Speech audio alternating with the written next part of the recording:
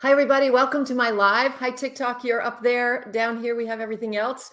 YouTube, Facebook, LinkedIn. Where are you watching from? First thing I like to hear before we get going with 3 quick questions, I will be happy to answer your relationship questions, is where are you watching from? It's always really exciting to know that some of you are watching from all over the country or all over the world.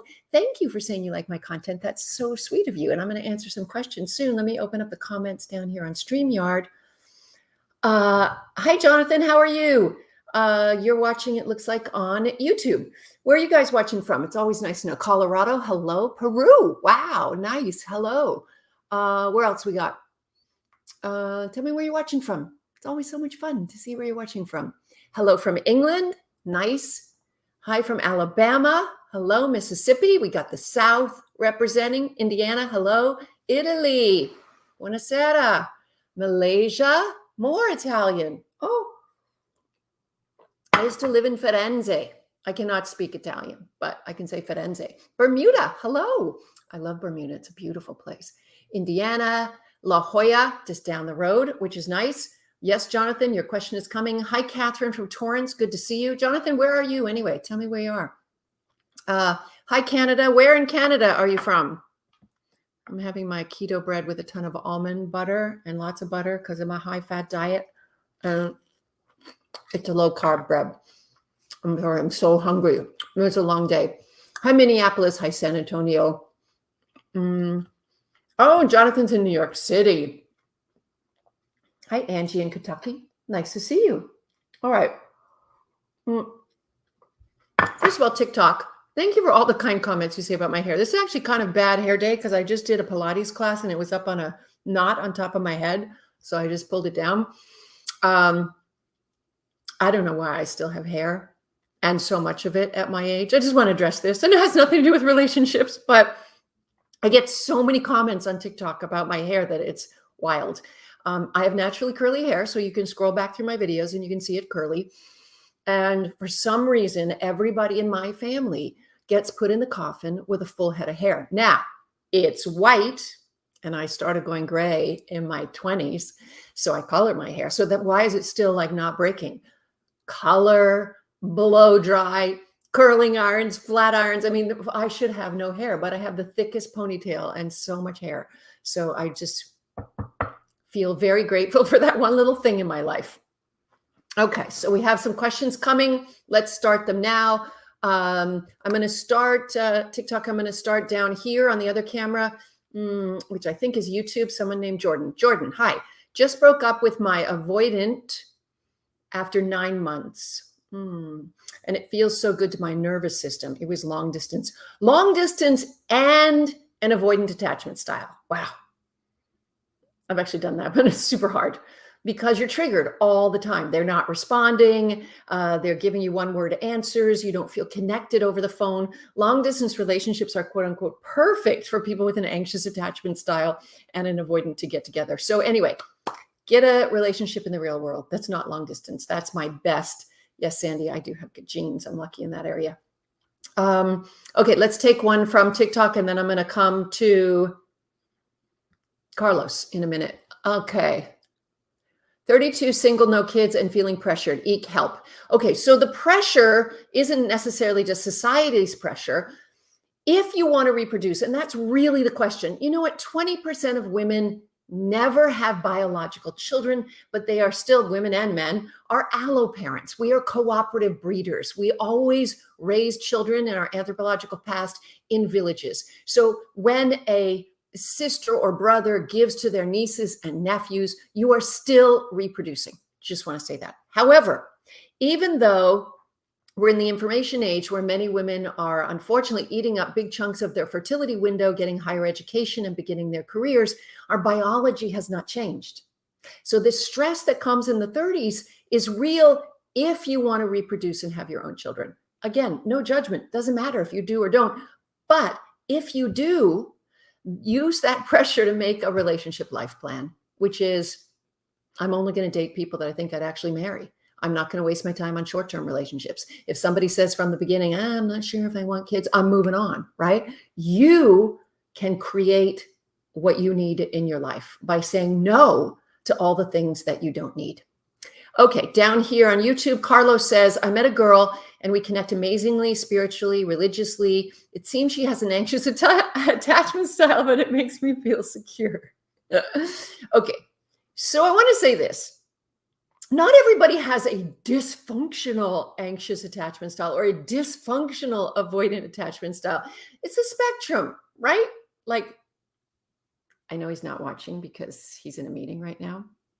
My boyfriend has just a little bit more anxiety around attachment than I do. And it's great because I don't have to worry about him cheating or anything. I know he's into me and I know he loves me. So, Carlos, it's okay. If it makes you feel secure, sure. Okay, back up here to TikTok. Any questions? Practical guidance, online relationships are scams 90% of the time. Yes, they are. You shouldn't be having a relationship online. You can meet people on an app and get in the real world super fast by phone and FaceTime and whatever. Should I try to change someone or just leave? No, I'm joking. Or just leave. We can't actually change someone else. We can change our reaction to somebody. That might make them change, but shouldn't be the intention. The intention should be attending to your own feelings. Well, thank you for the kind things. The questions are going by so fast. Now I'm spilling my milk.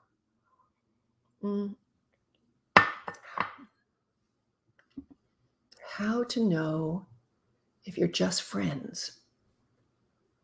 You mean whether it's a romantic relationship or a platonic friendship? You got to go out on a limb and ask. You got to say things like, I like you in that way. How do you feel about me? You got to ask. I have an avoidant attachment style as well, so I block people if they give me anxiety. Yeah, that's a little unhealthy. Why don't you try to keep somebody around who makes you feel a little uncomfortable and practice your communication skills and your relationship skills and setting boundaries in more healthful ways? That could work. All right.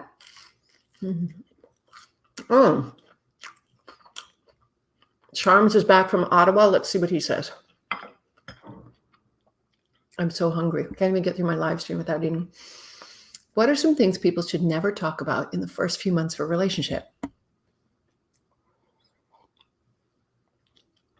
I don't think there are any nevers. Like, I don't think if there's one topic or one thing that you should never talk about.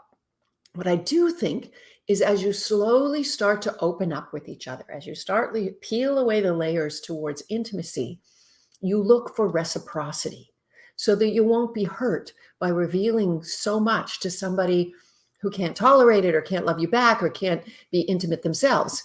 So there's no rule about what to talk about. The rule is, can you carefully open up and watch for them to open up back, right? How do I tell the difference between a man who knows what he wants versus a narcissist who is moving fast? Slow him down and watch what happens. The narcissist is going to get mad because he likes to control. Hi, Linda. I always like to put Linda up because I love Linda so much. Linda from Pasadena. I'm eating Linda. I just did a grueling Pilates class, and we're going into our private exclusive Zoom room after this. If you are not on my Patreon, why are you not on my Patreon? Patreon.com/Dr. Wendy Walsh. I promise I won't be eating for that Zoom room. I don't know why the live streams just seem more casual to me. They really do. Okay, let's see.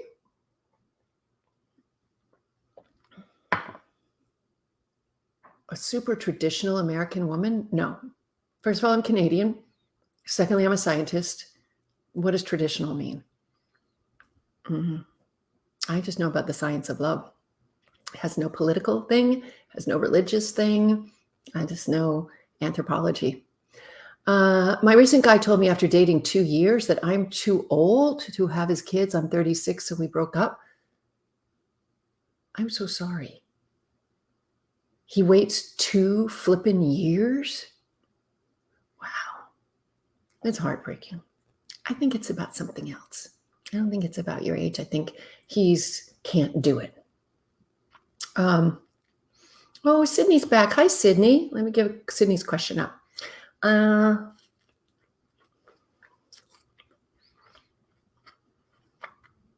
Okay. Sydney asked, is attachment-based compassion therapy an effective treatment for avoidant and anxious attachment? It can be. I almost think like the best healing for attachment injuries is the consistency of the therapeutic relationship. The fact that they hold a therapeutic frame. It's the same time, it's the same space, and there's not a lot of flexibility. So it's not loosey-goosey boundaries that can make patients feel really deregulated, right? But any therapist who knows about attachment theory is going to be a good therapist.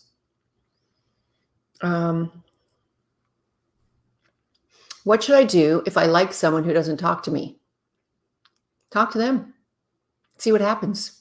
Start with something simple like the word hi, and you will get back body language, vocal tone, or nothing. And then you know.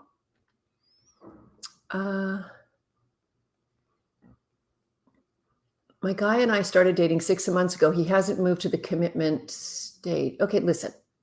Guys don't ever move to the commitment stage. The women who get commitments negotiate it and know how to get negotiated. If you're seeing somebody for 6 months and you haven't talked about at least sexual exclusivity, you need to have that conversation. You need to bring it up and you need to be strong about it. But I think 6 months is also a good enough amount of time to assess whether that person, if you want them to be your social mate in the social world, like, are you my boyfriend? Are we, whatever. I don't believe in posting on social media until a year. I waited till I was with my boyfriend a year, and then I did the Instagram picture. You guys can scroll back on Instagram and find that. Hello, Kimberly. Nice to see you.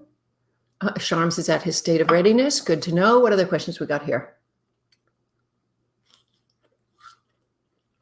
Or you're giving her advice. You think a month.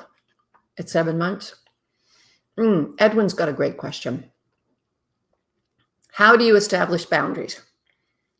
I'm going to stop chewing for this one because it's a good one.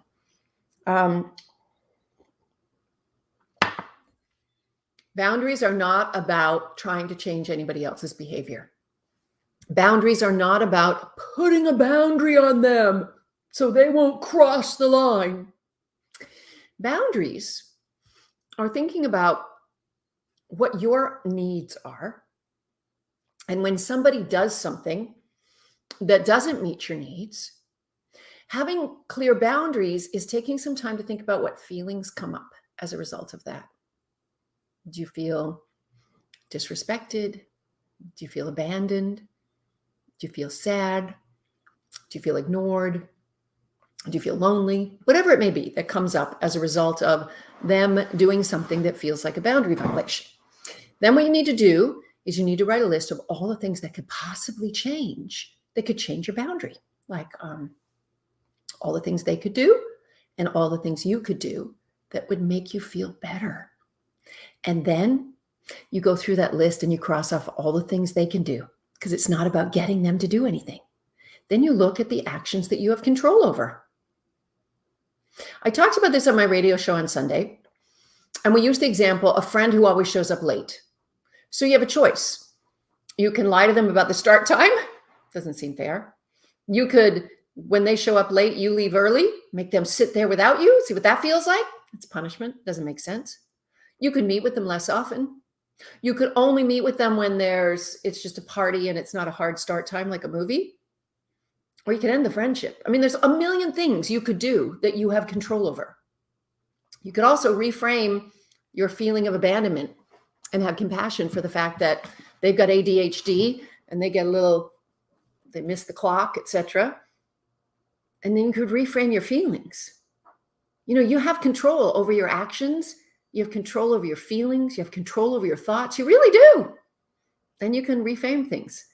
So boundaries are about figuring out what your needs are, expressing them clearly to other people. When they're not able to meet their needs, your needs, coming up with a consequence or action that helps you feel better, not punishes them, helps you feel better. Okay, I'm going to take one more question, and then I'm heading over to my private exclusive Zoom room on Patreon. There's still time to join us. Patreon.com/Dr. Wendy Walsh. Patreon.com/Dr. Wendy Walsh. Okay, one more question. Should a girl tell a guy how she feels or just wait till he says something? Usually men fall in love faster than women, but women express it first. So he's probably feeling it. But I don't think there's a gender on this. If it's been enough time and you have strong feelings, that is growing emotional intimacy, sharing your feelings of attraction, right? One more question. Do I do speaking opportunities? Absolutely. Go to my website, drwendywalsh.com. Okay, well, I love you all. Thanks for being here. I'm going over to Patreon now. It starts at 6:30. That's in 17 minutes. Patreon.com/Dr. Wendy Walsh. Thanks so much for being here. It's always my pleasure to help share my knowledge of the science of love. Love you all. Bye. End broadcast here.